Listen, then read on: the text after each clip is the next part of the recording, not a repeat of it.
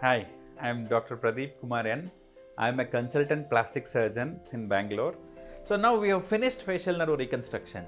Then the question appears, when will I be able to smile like before? When will my recovery happen? For this question, there are two kinds of procedures as I already discussed we will be doing. One is nerve related procedures, another is tendon related procedures. Nerve related procedures always take time to come back.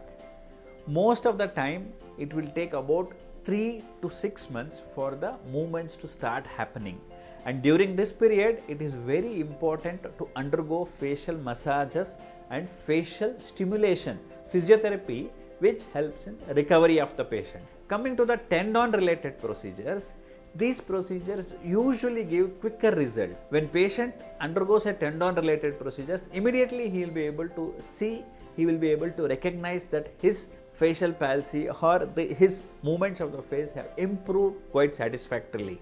When compared to these two, which one will keep it superior?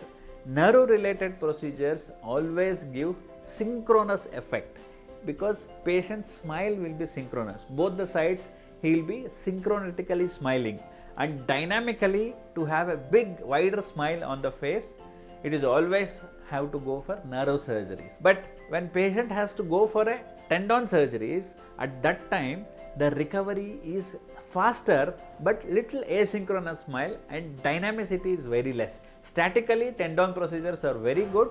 Nerve repairs will take time to recover. So we can mix these two both and give a procedure where we are able to repair the nerve also and also improve the tendon, so that we can get both benefits of this.